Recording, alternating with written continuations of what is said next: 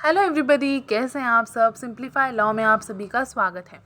आज के इस सेशन में हम डिस्कस करने जा रहे हैं remedies of breach of contract. इस सेशन की शुरुआत करने से पहले आप सभी से रिक्वेस्ट है कि अगर आपको ये वीडियो अच्छा लगे प्लीज़ इसे लाइक करना ना भूलिए, अपने फ्रेंड्स के साथ ज़रूर शेयर करिएगा।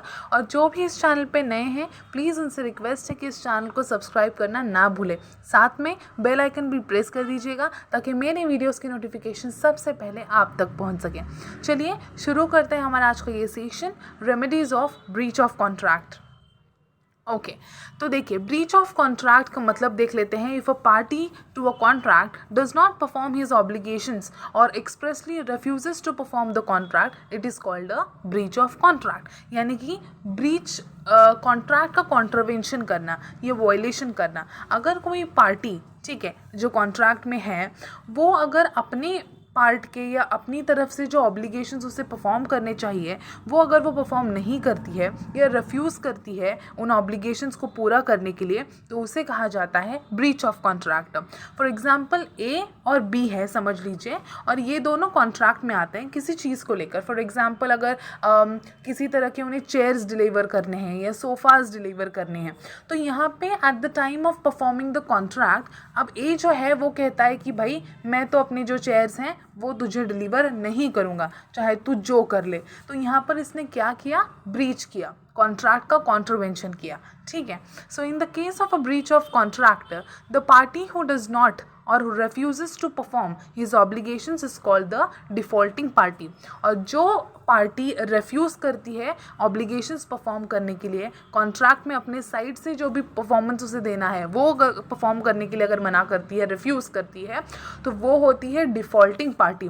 Where as the other party is the aggrieved party. तो जैसे कि मैंने ए एंड बी का एग्जाम्पल दिया, जिसमें ए जो है चेयर्स सप्लाई करने से मना करती है, तो यहाँ ए जो है ये डिफ़ॉल्टिंग पार्टी है और बी जो है वो क्या होगी, अग्रीव्ड पार्टी होगी, ठीक है। अब ये जो अग्रीव्ड पार्टी होती है उसके पास क्या क्या रेमेडीज़ अवेलेबल हैं, ठीक है। मतलब यहाँ पर एग्जाम्पल में हमने देखा जो बी है वो अग्रीव्ड पार्टी है, तो वो क्या क्या कर सकता है, उसके पास क्या रेमेडीज़ अवेलेबल हैं। तो देखिए ये कुछ रेमेडीज़ हैं। Cancellation, first cancellation, exoneration, rescission. कुछ किताबों में ना ऐसे अलग अलग नाम दिए गए हैं, तो कंफ्यूज ना होते हुए इन तीनों का मतलब यही है, कैंसिल करना, ठीक है। Cancellation, exoneration and rescission. Second है claim for quantum meruit. Third है क्लेम फॉर इंजंक्शन। फोर्थ है क्लेम फॉर रेस्टिट्यूशन। फिफ्थ है claim for specific performance and sixth है क्लेम फॉर डैमेजेस। तो इन सभी रेमेडीज़ को वन बाय वन डिस्कस करते हैं।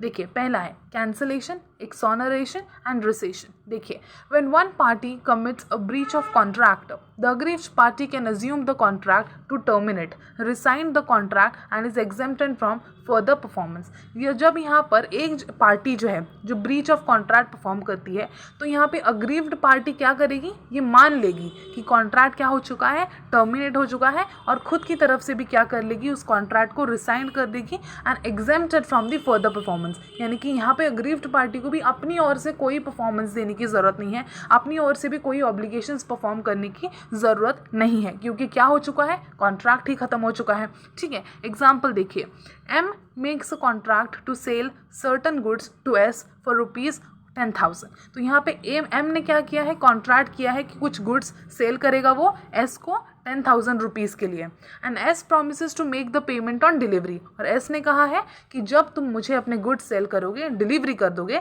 तब मैं तुम्हें मेरे जो पैसे हैं 10,000 रुपये वो दे दूंगा।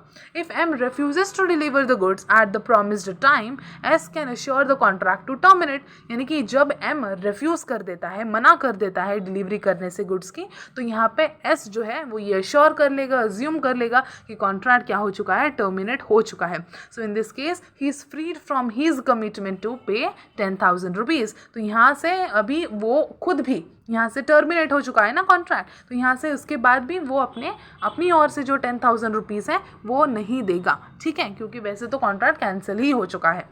अब देखिए एक्सेप्शंस क्या हैं। Where the aggrieved party can not resign the contract. अब जो अग्रीव्ड पार्टी है वो अपनी ओर से भी कॉन्ट्रैक्ट कब कैंसिल नहीं कर सकती है। देखिए First, when the aggrieved party who wants to cancel the contract has given his express or tacit confirmation to the contractor.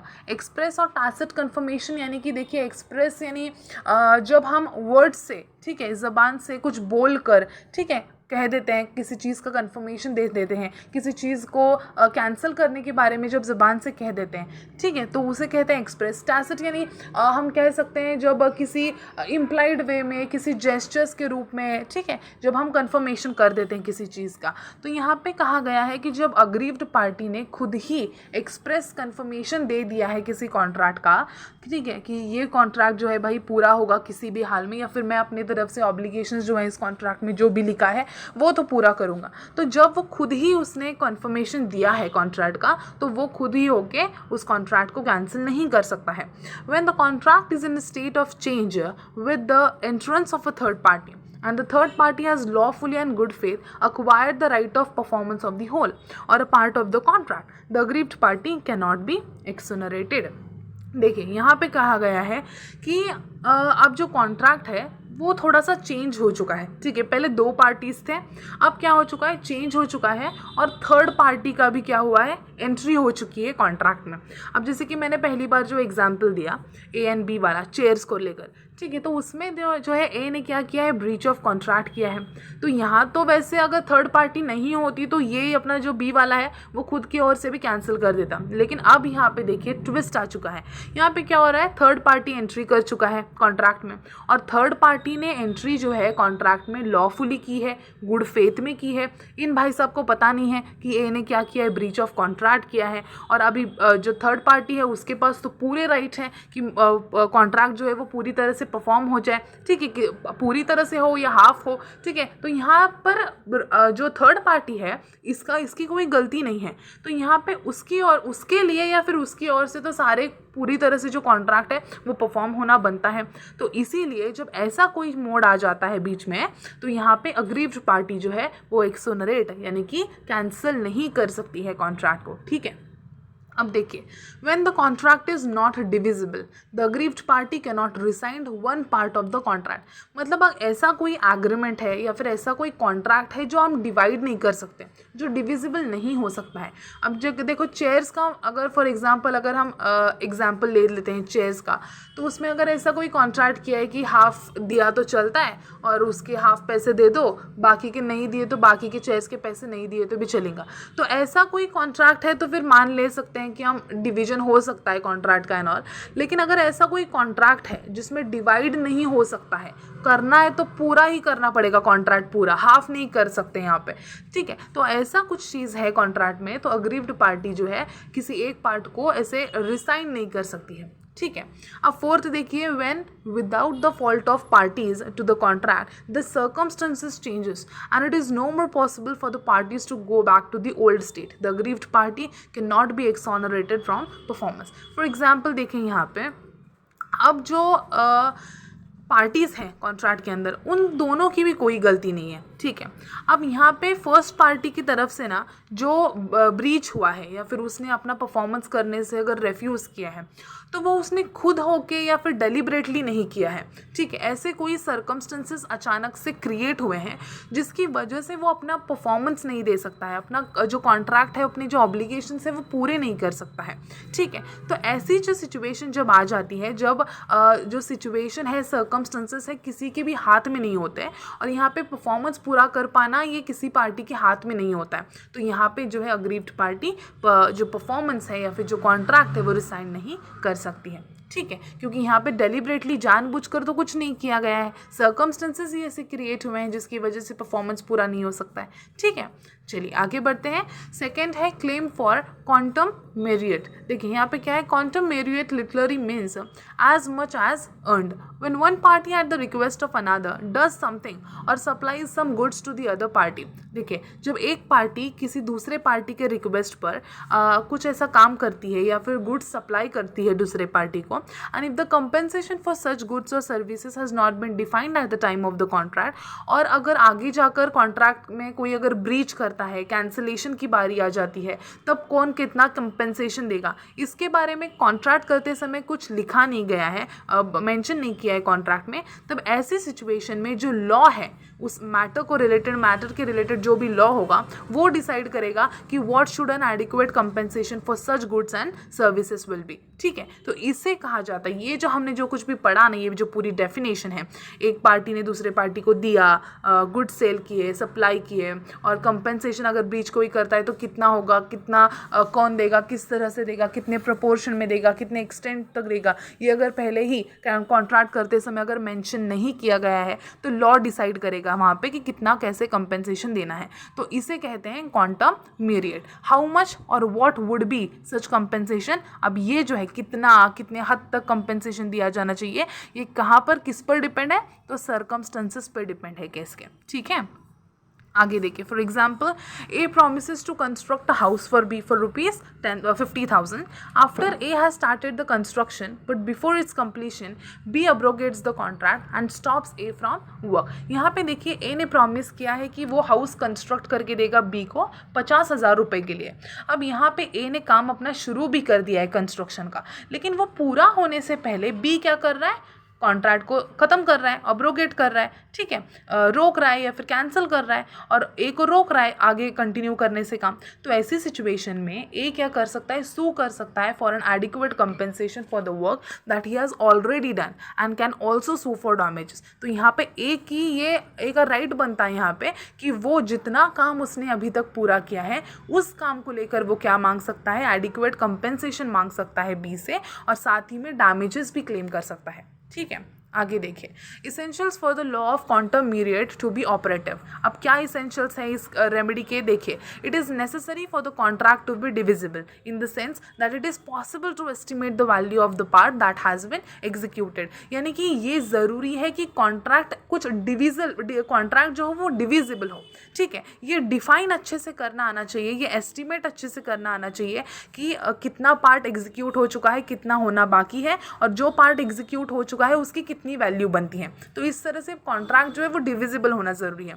दूसरा ये है कि it is also essential that the contract is not अब्रोगेटेड by the party making the demand for the compensation. ये बहुत ज़्यादा important है कि जो पार्टी कंपेंसेशन मांग रहा है, डिमांड कर रहा है, उसी ने कॉन्ट्रैक्ट अब्रोगेट ना किया हो, उसी ने कैंसिल ना किया हो। ठीक है, अब देखिए, for example A contracts to write a book for a publisher. A ने क्या किया, कॉन्ट्रैक्ट किया कि वो बुक लिखेगा। ठीक है, फॉर अ पब्लिशर।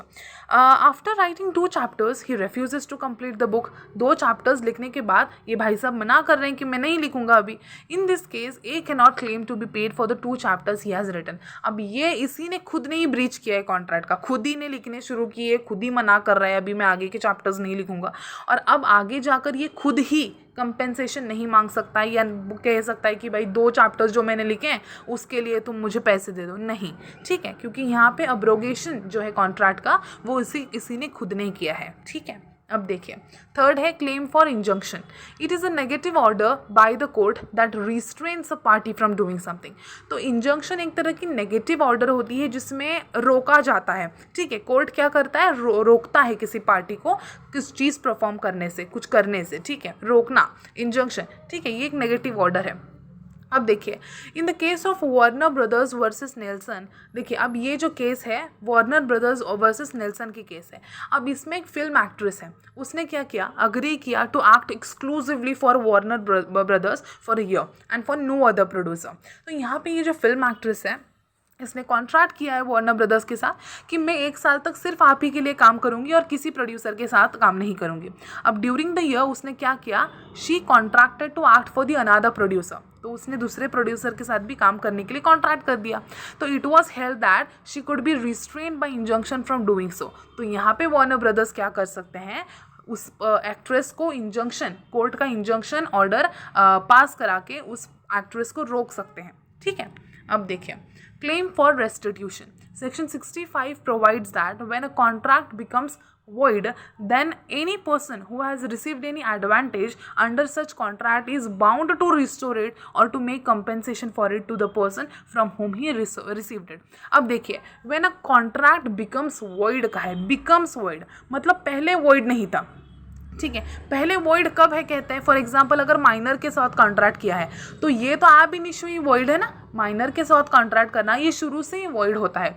लेकिन यहाँ पे क्या क्या है, when a contract becomes void, पहले वैलिड था लेकिन वो वॉइड हो गया, आगे जाकर वॉइड हो गया, तो जो भी पर्सन एडवांटेज रिसीव कर रहा है इस कॉन्ट्रैक्ट के अंदर किसी व्यक्ति से, तो यहाँ पे उस व्यक्ति की रिस्पॉन्सिबिलिटी बनती है कि जो भी बेनिफिट, जो भी एडवांटेज, प्रॉफिट्स उसने रिसीव किए हैं इस कॉन्ट्रैक्ट के अंदर, अब तो कॉन्ट्रैक्ट वॉइड हो चुका है, उसे क्या करे, रिस्टोर करे उस पर्सन को जिससे उसने रिसीव किया है। पूरे जो भी उसने प्रॉफिट्स, बेनिफिट्स रिसीव किए हैं उसे उस पर्सन को वापस दिला दे, रिस्टोर करा दे या फिर कंपेंसेशन दे दे, ठीक है, from whom he received it.